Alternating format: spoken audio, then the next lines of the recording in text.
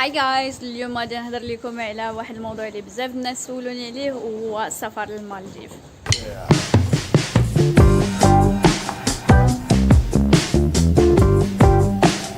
اليوم غنعطيكم جميع التفاصيل اللي مهمه باش يمكن لكم تخطوا السفر ديالكم في المالديف، سواء كانت عندكم ميزانيه كبيره او صغيره. شنو هما انواع الجزر اللي كاينين، انواع التنقلات، انواع الانشطه اللي ممكن لكم ديروا اذا جيتوا للمالديف. بقاو معايا حتى لاخر الفيديو لانني غنوريكم شنو هي الطريقه باش تحصلوا على ارخص حجز في المالديف. كاينين جوج مواسم في المالديف، موسم جاف وموسم رطب. الموسم الجاف كتكون فيه الشتاء اقل وكيكون تقريبا من اكتوبر لماي. الموسم الرطب كتكون فيه الشتاء اكثر، كيكون تقريبا من يونيو لشتنبر. طيران المالديف كيكون يوميا عبر الشركات الكبرى بحال قطر ايرويز، فلاي اميريتس، اتحاد ايرويز، تركيش ايرلاينز. ارخص طيران من المغرب هو مع اومان اير اللي كيبدا تقريبا من $500، ولكن الرحله كتكون شويه طويله لانه كيكون جوج توقفات، الاول في عمان والثاني في سريلانكا. الناس اللي عندهم شنغن فيزا يمكن لهم يحجزوا من اوروبا، كيكون الطيران ارخص. الاول غتنزل في مطار فيلانا، غتاخد فيزا فيها 30 يوم عند الوصول، وكتحتاج اشياء بسيطه اللي غتلقاوها في الموقع في الديسكريبشن لتحت. العمله هي الروفيا، ولكن الاغلب كيتعامل بالدولار. كاين 4 الانواع ديال الجزر: اللوكال ايلاند اي الجزر المحليه، وكاين برايفت ايلاندز اللي كيكون فيها ريزورت اوتيل، وكاين ديزرت ايلاند وهي جزر خاويه، وكاين ساند بانك اللي هي تلال رمليه. الحجز ديال الفندق كيكون يا اما في ريزورت او لوكال ايلاند. الجزر الاخرى كنزوروها فقط كنشاط للترفيه. نشوفوا دابا الريزورت اوتيل. هو فندق كيكون كيمتد على الجزيره كامله، وكيكون فيه كل ما غادي تحتاج من مطاعم، كافي بار، انشطه، قاعه رياضه، ملعب للاطفال، ملعب كره القدم. وكاين الريزورت اللي كيتوفر على غولف او مطعم تحت الماء. كثير من الميزات الفاخره اخرى.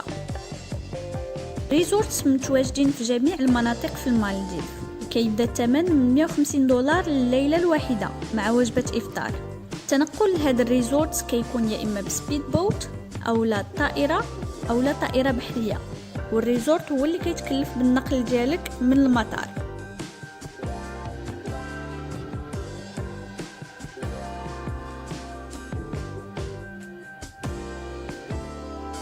إذا كانت عندك ميزانية صغيرة يمكن لك تحجز في جيست هاوس في جزيرة محلية.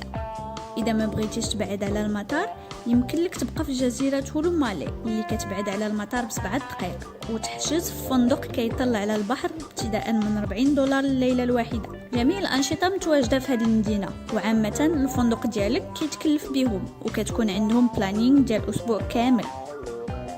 إذا كنتي من محبي المغامرة والبعد على المدينة يمكن لك تحجز جيست هاوس في جزيرة أبعد، ومن أشهر الجزر هاناميدو، تولوسدو، مافوشي، راسدو وماندو. التنقل لهذه الجزر كيكون بسبيد بوت، وكيكون تقريبا ما بين $20 و $50.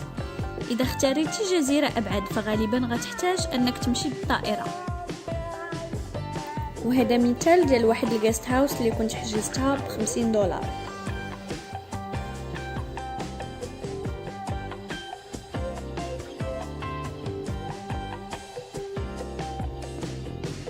الأنشطة اللي ممكن دير كتيرة، كاين رحلات سنوركلينج، بيكنيك في ديزرت ايلاند، رحلات الساند بانك، جيت سكي، كاياك، ستاند اب بادل، الغوص، وكثير من الأنشطة أخرى. هاد الأنشطة غتلقاوهم بالتفصيل في الفيديوهات في القناة ديالي. غنشوفوا دابا طريقة الحجز. إذا كنتي غتحجز في ريزورت فمن الأحسن تحجز عن طريق وكالة أسفار في المالديف واللي موجودين أونلاين.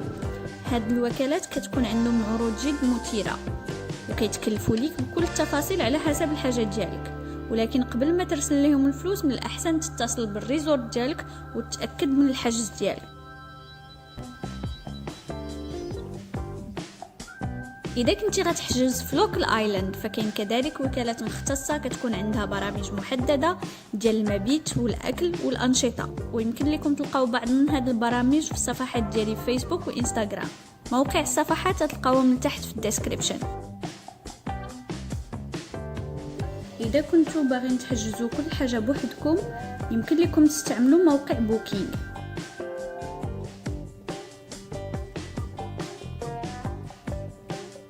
ولكن خاصكم تردوا البال لانه بعض البلايص كيكونوا بعاد وغتخصكم ليها الطياره، بحال هذا المثال اللي غادي نوريكم دابا. هنا هاد الجزيره بعيده بزاف وما يمكنش لكم تحجزوا التنقل من بوكينغ، ونفس الشيء بالنسبه للريزورت اذا حجزتوه من بوكينغ. حاجه اخرى اللي لازم تردوا ليها البال هي الطاكس اللي غالبا ما كتكونش داخله. اخر حاجه هي الا كان عندك الوقت نهار ديال الرجوع يمكن لك تمشي للكروس رودز اللي كتبعد 15 دقيقه على المطار، وتما يمكن لك ترتاح وتشوف اجواء مغايره. نتمنى يكون الفيديو عجبكم، so please like subscribe. وإلا كان عندكم مازال شي سؤال خليوه في كومنت.